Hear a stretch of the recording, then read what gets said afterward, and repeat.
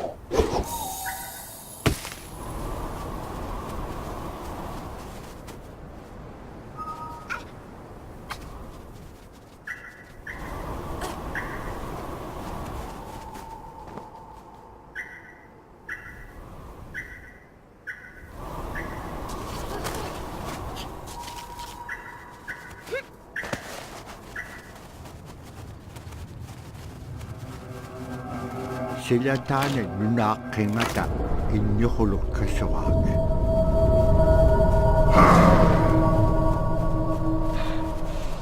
Innyuqulum tautukamium nutqaqqugaa. Agalaanniviaqsiaqarualuk saperinaqsimaluk.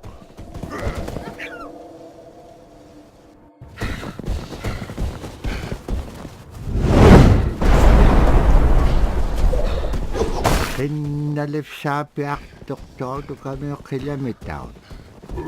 Tabra ivaqtani.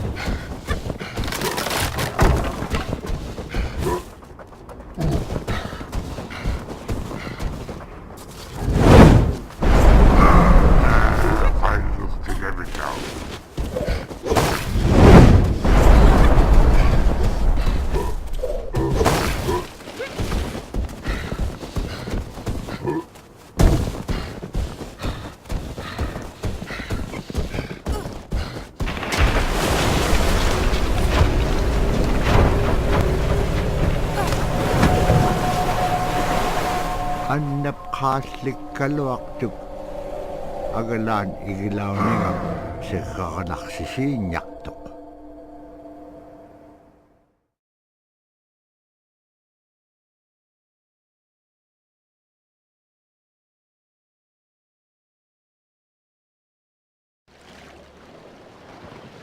Malaquguni uvluguni uisaauvlutik.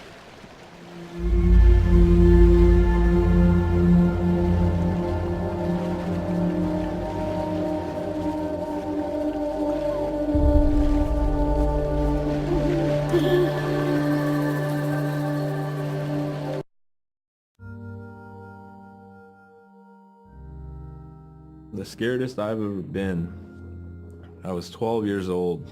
We floated out on a piece of ice while we were duck hunting. It was a bluebird day, just clear blue skies, and there was three of us, myself, my brother, and my dad. Next thing you know, we see this dark shadow on the ice. We look and it goes behind us. So we all jumped up, startled, and my dad, he started running. We got back to the ridge there. The ice had fractured, cracked, and broke off, and we were floating away. We were drifting. It was close enough to where my dad would have made it. He stopped and he thought about throwing us across, and if one of us was on the other side, we would be split up. So he stopped, and he just so happened to have a cell phone on him. 911 didn't pick up. That's the worst feeling in the world right there. 911 did not pick up. So he left a message because they record their calls. Once he had relayed that information, his cell phone died. That was the scariest moment I've ever had in my life. We were floating away and I thought we were left for dead. He kept calm during this situation. He's bringing out everything positive in this case. You know, I'm crying, my brother's freaking out. It went from clear blue to dense fog. Within a couple hours we heard the chopper flying around, so they must have gotten our message. We thought we were saved, and then the chopper sound went away. So we lit some of the sled on fire. It's plastic. We thought black smoke in the fog would create some kind of marker. Chopper pilot had mentioned when we got rescued, you could see a glow in the fog, and he slowed down there, and sure enough, as soon as he slowed down, we got within visual. That was definitely the scariest moment of my life, was floating away and not knowing what the outcome was going to be.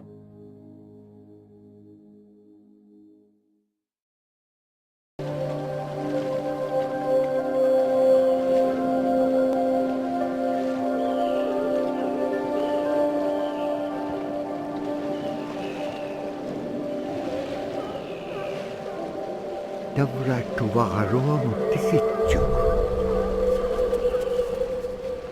Agalan tuwawit pagabityo.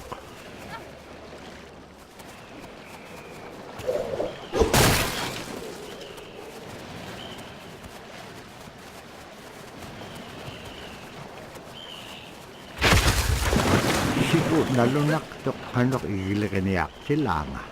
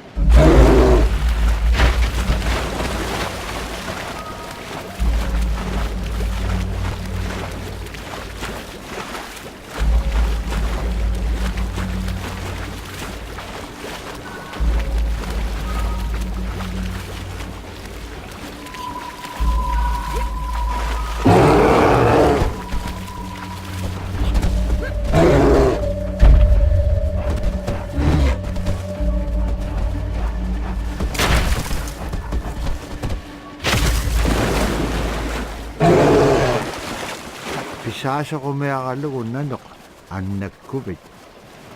Pinatitakavidyo. Kakame nanok ni katsalaytyo.